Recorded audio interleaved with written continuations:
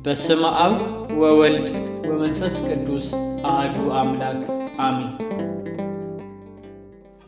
ከንግግር የሚበልጥ ዝምታ።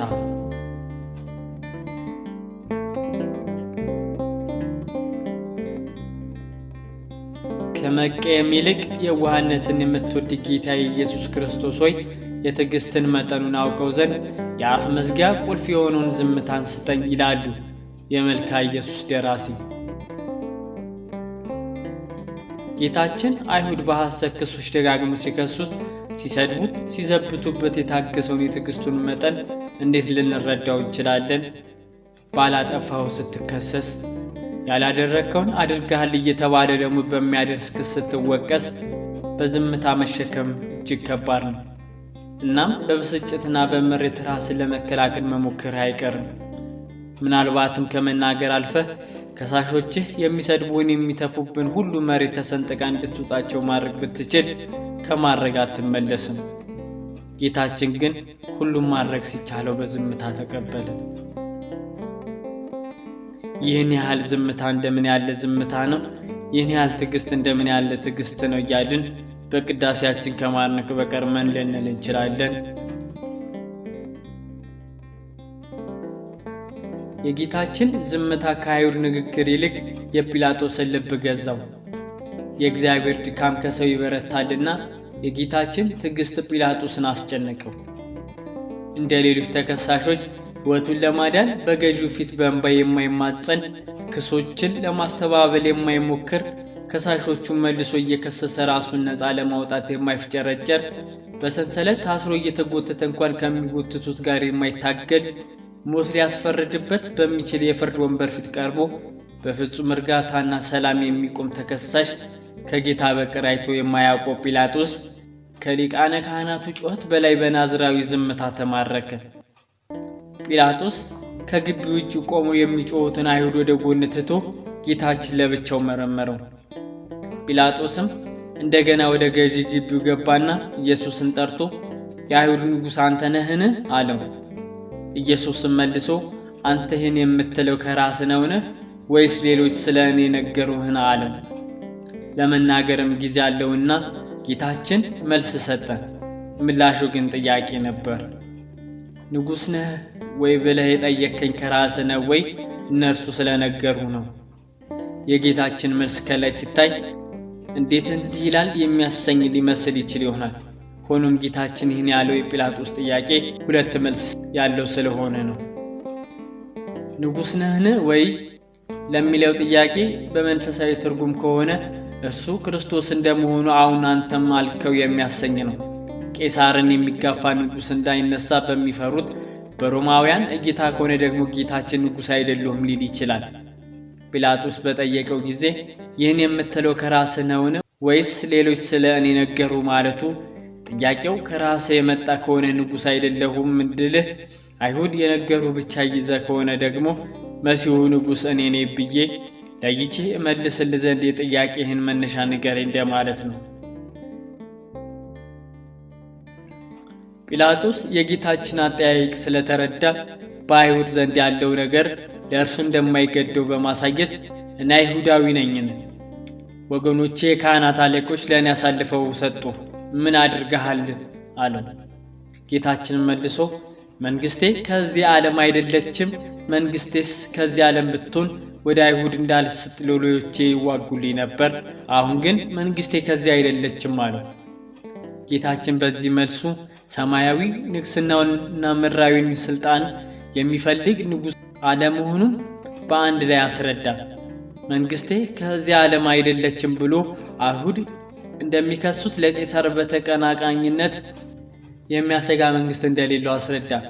ይህም መልስ የጲላጦስን ልብ የሚያሳርፍ ነው። ምክንያቱም የሀገረ ገዢ ዋና ጭንቀትና ኃላፊነት የቄሳር ስልጣን እንዳይነካ ማድረግ ላይ ብቻ ነው። መንግስቴ የሚለው ቃል ደግሞ የክርስቶስ ንጉስነትን ያሳያል። የቤተ ክርስቲያን ታሪክ ጸሐፊው አውሳቢዮስ ዘቂሳርያ እንዳለው የክርስቶስ መንግስቱ በምድራዊ ሕግጋት የማይወሰን በአምላካዊና ሰማያዊ ትምህርቱ ነፍሳትን ብሩህ ስላደረገ ብቻ በዓለም ሁሉ የተስፋፋ መንግስት ነው። በዚህም መሰረት መንግስቱ ተብለን የተጠራ ነው በስሙ አምነው የተከተሉት ሐዋርያት በእነርሱ መሰረትነት የተመሰረተችው ቤተክርስቲያንን በስሙ ያመንን እኛ ክርስቲያኖች ነን። መንግስቱ የተባልነው በእርሱ ያመንን እኛ ክርስቲያኖች ከሆንን መንግስቴ ከዚህ ዓለም አይደለችም የሚለው ቃልስ እንዴት ይታያል? እኛ ያለነው በዚህ ዓለም አይደለምን የሚል ጥያቄ ማስከተሉ አይቀርም። ጌታችን መንግስቴ ከዚህ ዓለም አይደለችም አለ እንጂ በዚህ ዓለም አይደለም አላለም። በስሙ የምታምን ቤተክርስቲያን ክርስቲያኖች ሁሉ በዓለም ናቸው እንጂ ከዓለም አይደሉም። ጌታችን ስለ መጀመሪያዎቹ ክርስቲያኖች ስለ ሐዋርያቱ ሲመሰክር እኔ ከዓለም እንዳይደለሁ ከዓለም አይደሉምና ዓለም ጠላቸው በማለት ተናግሯል። የሚያምን ሰው አድራሻው በዚህ ዓለም መሆኑ ችግር የለውም። ከዓለም ከሆነ ግን ችግር አለው። ክርስቲያኖች በዓለም እየኖሩ ከዓለም ያልሆኑ ዓለም ያልተገባቸው ምድራዊ ሲሆኑ ሰማያዊያን ናቸው። ከእግዚአብሔር መንግስት ውጪ የሚያደርገንም በዓለም መሆናችን ሳይሆን ከዓለም መሆናችን ነው። ልንጸልይ የሚገባው ከዓለም ክፋት እንዲጠብቀን እንጂ ከዓለም እንዲያወጣን አይደለም። ጌታችን በመጨረሻዎቹ ቀናት በጸለየው ታላቁ ጸሎት ላይ ከክፉ እንድትጠብቃቸው እንጂ ከዓለም እንድታወጣቸው አልለምንም ያለው ስለዚህ ነው። ጲላጦስ ከዚህ ምላሽ ክርስቶስ እንደተከሰሰው ቄሳርን የሚቀናቀን ንጉሥ ዓለሙን ቢረዳም መንግስቴ የሚለው ንግግር የተፈራው አይነትም ባይሆን ክርስቶስ ንጉሥ እንደሆነ የሚያመለክት ስለሆነበት እንኪያስ መንግስት ከዚህ ዓለም አይደለችም እንጂ እንግዲያ ንጉሥ ነህን አለው። ኢየሱስም መልሶ እኔ ንጉሥ እንደሆንኩ አንተ ትላለህ። እኔ ለእውነት ለመሰክር ስለዚህ ተወልጃለሁ፣ ስለዚህ ወደ ዓለም መጥቻለሁ። ከእውነት የሆነ ሁሉ ድምፄን ይሰማል አለው። ጌታችን ቅድመ ዓለም ከአብ የተወለደውን ልደት ሳይሆን ከእመቤታችን የተወለደውን ዳህራዊ ልደቱን በማመልከት ስለ እውነት ለመሰክር ስለዚህ ተወልጃለሁ አለ። በዚህ ዓለም ቢወለድም በእናቱ ማህፀን ሲጸነስ ሕልውናው የጀመረ ሳይሆን ከመወለዱ በፊት የነበረ አምላክ መሆኑን ሲያስረዳ ደግሞ ወደ ዓለም መጥቻለሁ አለ። ጲላጦስ በደንዳና ልቡ ይህንን ምስክርነት ሲሰማ እንደማይወድ ስለሚያውቅም ከእውነት የሆነ ሁሉ ድምፄን ይሰማል አለው። ጲላጦስ እውነት የሚለው ቃል ሲሰማ እውነት ምንድር ነው ብሎ ጠየቀው። ምላሹን ግን ሳይሰማ ወደ ውጭ ወጥቶ ለአይሁድ እኔስ አንዲት በደልስ እንኳን አላገኘሁበትም አላቸው። ቅዱስ ዮሐንስ አፈወርቅ ጲላጦስ የጌታችን መልስ ሳይጠብቅ የወጣው የጠየቀው ጥያቄ ጊዜ የሚያስፈልገው እንደሆነ አውቆ ከአይሁድ እጅ ባስጥለው ይሻላል ብሎ ነው ይላል። ጲላጦስ ሆይ ጥያቄ ጠይቆ መልሱ ሳይሰሙ መውጣት እንዴት ያለ ነገር ነው?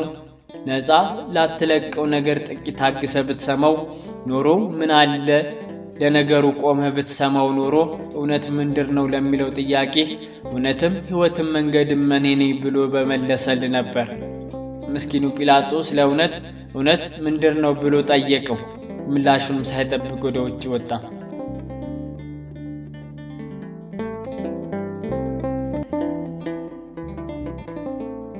ጲላጦስ ለአይሁድ እኔስ አንዲት በደልስ እንኳን አላገኘሁበትም አላቸው። እነርሱ ግን አጽንተው ከገሊላ ጀምሮ እስከዚህ ድረስ በይሁዳ ሁሉ እያስተማረ ሕዝቡን ያውካል አሉ።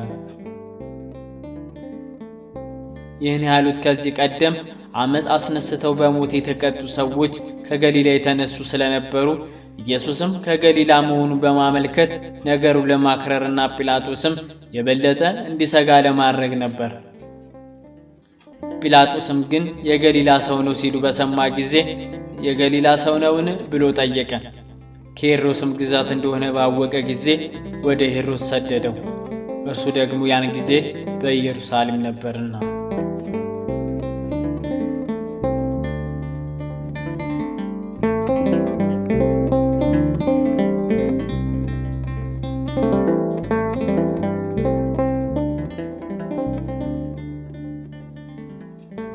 ክብርና ምስጋና ይሁን ለአብ ለወልድ ለመንፈስ ቅዱስ ዛሬም ዘወትርም እስከ ዘላለም ድረስ አሜን።